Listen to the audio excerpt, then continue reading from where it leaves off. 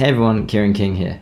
This is part 2 of my 2-part series on using this guide that I've created on how to evaluate a potential startup or business for investment.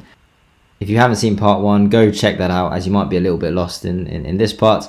However, this is a continuation from that, and we're going to be looking at basically page 2 of this guide that I've created. As before, if you want to follow along, please do go to my website on the link below, sign up, and you'll be sent this PDF download that you can go through with me as I go through the video. So without further ado, let's get cracking.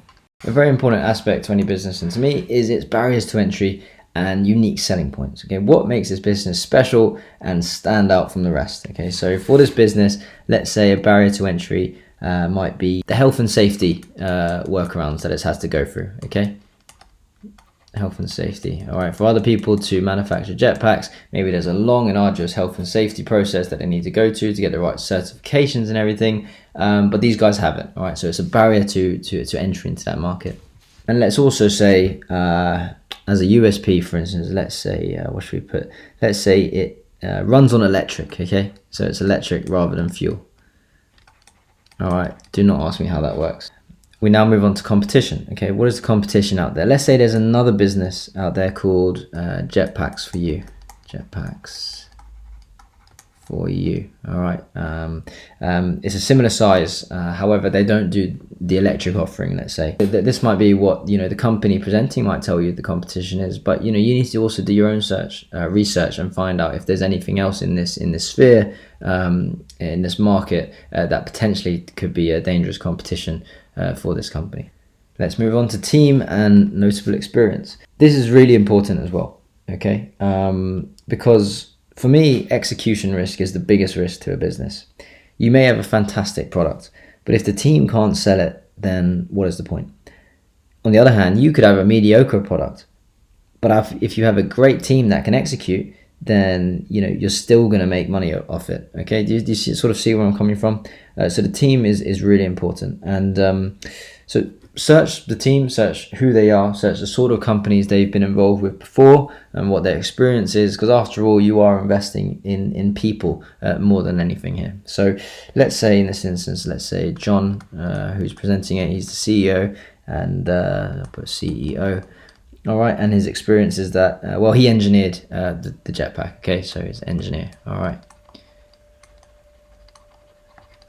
Paul, on the other hand, is his best mate, and studied with him in university and studied finance. Okay, finance in uni. All right, but he didn't really have he doesn't have a lot of experience. Okay, he's fresh out of uni. All right, let's just say that's what the case is here. As for the market, input any market information that you might find relevant to this conversation and to this pitch.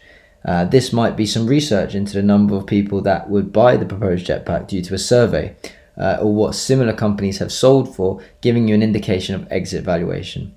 As an example, let's say 80% of people surveyed, people would say they would rather fly than drive to work. Okay, so 81% of people surveyed would rather fly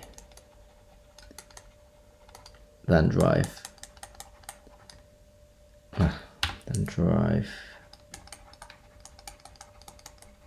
to work. I mean, you would, wouldn't you? Miss the traffic and everything. So let's say that's that, and let's say this market has a potential market size of let's say 10 million commuters. All right, in the UK.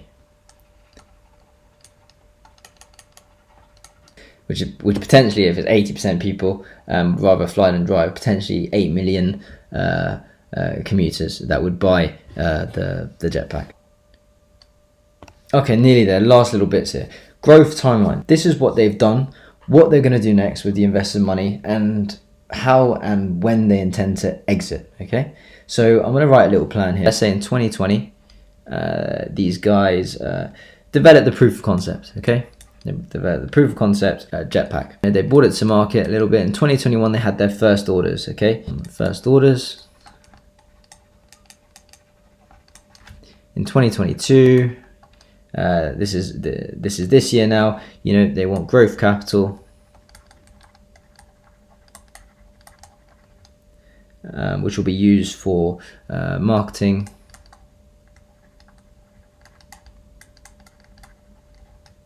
research, and also getting it into store. All right, plus in store. Then in 2023, let's say that it's just about growth, selling more units. All right, and then in 2024, they intend to IPO or list. All right, and don't look too much into this. This is just an example.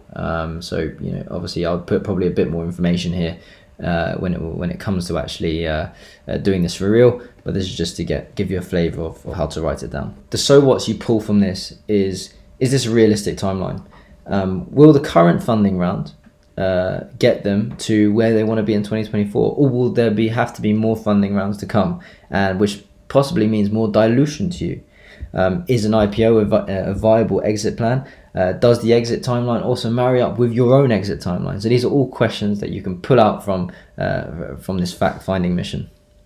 Okay, now for a bit of the nitty-gritty stuff. Okay, so a bit of the financials. Okay, we don't want to go too far into this so far. As I said, this is about making sure that you have an initial snapshot of a company, so you can go away and decide whether you want to look at it in more detail or not. So we want a broad picture here in the P&L snapshot of the company's profit and loss, or income statement, as it's sometimes called.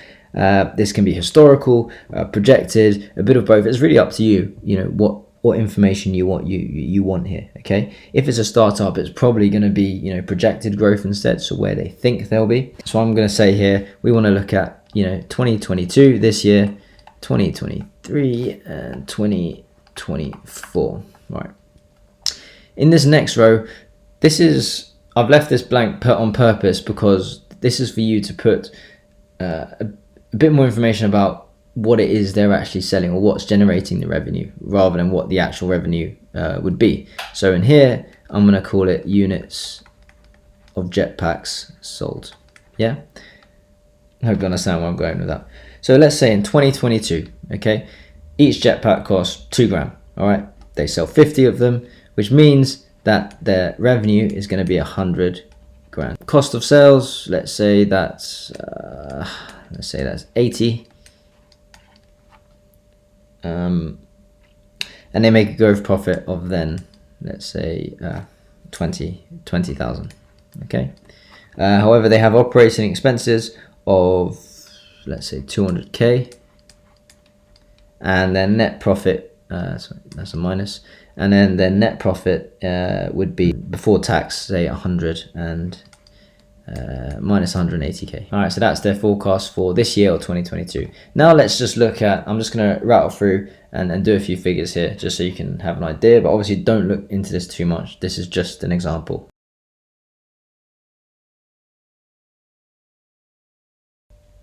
And there we go. So what you can then pull out from here is then ask yourself, is this a realistic timeline or not? Does this make sense? And you can just have a snapshot of what that is. We now want to move on to their balance sheet, if you will, but I've just put this into 2 columns here, assets and liabilities. For assets, I want to know how much cash they have in the bank, what inventory and machinery they own. So let's say they have 500,000 of cash. All right, and they've got some equipment as well, worth 300,000 equipment. And let's just keep it simple for then. And then for liabilities, I want to know, does the company have any big debts that it needs to repay, what its office rent is, etc. And this is all what's going to help me form a picture in my head of the financial health of this particular company. Let's say, we don't want to put everything in here. All right, this is just like the main big things that we want to have a look at. All right, so let's say, for instance, that it's got a debt that it needs to repay in a few years of, say, 300 grand. All right, to an early stage investor or something like that. Okay. Right. So the final thing is other considerations here. So you may I've put this box here so you can put anything you like in here, anything else you might find relevant to the deal. Or you could even ask the CEO or presenter presenting, saying, to be honest with you and say, look, is there anything here? Is there anything else that you want to tell me that might be a red flag? All right, any other considerations that you want me to know. So there we have it. That's your sheet, almost complete. And I've put an overall score box at the bottom here, all right, for you. So sometimes I use it, sometimes I don't, but it's just to give you an overall score of what that opportunity is to you, all right. You can use A, B, C. You can add up each box individually. You can just make it up. But what I like to do is do it objectively. Okay, so I'll go through each and every little box that we've been through, and I'll give it a number. So what I'm going to do is mark each individual section out of 5. All right, so let's look at this top bit. This top bit, nothing's wrong with me, so I'm going to give that a 5. That's all good. For key commercials, I was looking for something with tax benefits. Okay, so for me, let's say, it doesn't have any tax benefits. Everything else looks alright, but because of that, that's quite a game changer for me. So I'm only going to give this a 2 here. They have a reputable cornerstone investor, this VC firm. And they've got the majority of the funding sorted. For me, that's looking quite healthy. That's a 4.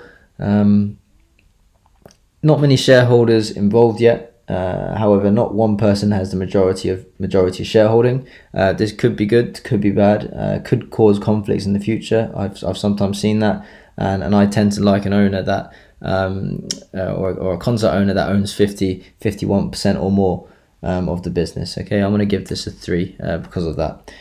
Previous funding rounds look okay, although I'll be asking what has happened between 2021 and now. Why is there such big difference in valuation, and what has justified that jump? Because as at the end of the day, you're paying that much. You want to know why it's justifiable as that much. So let's say a 3 maybe. Let's look at the summary. Summary for me, really like the idea. I like the idea I could fly to work rather than drive. I think there's a big market for it. Let's give it a 5. Barriers to entry, USPs are good. Again, another 5. There is another company out there doing it, but I've done my own research, and this is the only company doing it. All right, and they don't look too professional. I've heard a few things about them as well that are not ideal. So let's say that's not really an issue for me, but still, I'm gonna err on the side of caution, give that a 4. The team is quite young and inexperienced. As a result, I'd probably say a 2. The market is generally poised for this product to come on board. Let's give it a 4. Timeline looks okay. An exit in 4 years is okay. It ties into my own investment timeline, but not sure on realistically selling the amounts of units they think they will. Okay, so and I'm not sure that that's gonna happen as quickly as they say they will. So for me, I'm gonna give this a 3. The profit and loss, let's look at this. Okay, so just this as a brief broad overview. Let's say, look, the cost of sales is actually quite high, and you need a lot of proprietary equipment, it seems, and materials needed to produce these electric jetpacks. The margins aren't great. I'm going to call this a 3. They have a bit of cash in the bank in terms of assets, which is good, decent equipment. However, they do have a debt of 300,000 they owe to a lender, which for me, say, is a bit of a red flag or something. Okay, so I'm going to give this assets a 4 and liabilities a 2, and I'm going to leave other considerations out for now. So what I'm doing now is just tally all of these numbers up and give it a number. Okay, the total points you could score in using the boxes that I have is 70. And altogether, this company has scored 49 out of 70 for me, let's say. All right, obviously, this is a fictional example. Don't look too into different scores and what I've given, okay? Don't worry about that. But there you have it, the master checklist complete. Now, on my desk, I might have like 50 of these papers, stacked up, all right? And now I can literally go through them later, and I can, analyze which ones are good, which ones are bad, which ones I want to look more at, and which ones I don't, okay? So it's a useful tool for organizing your thoughts and getting as much information as you need to make that initial decision whether this is an opportunity you want to look at more. I see a lot of people get drawn into terrible investment opportunities, and I hope this is a method that you can use as an investor to sort of prevent that from happening to you, but also as a founder for you to, lay out your own thoughts, have all these answers ready to really impress a VC fund or an angel investor or whoever that is coming into your business. Okay. If you enjoyed this video and want to learn more, then please do click that subscribe and like button. And if you want to actually download this free PDF that I've put together, do click on my website link sign up and you'll be sent the download link immediately to get this. Okay, so you can start using this immediately.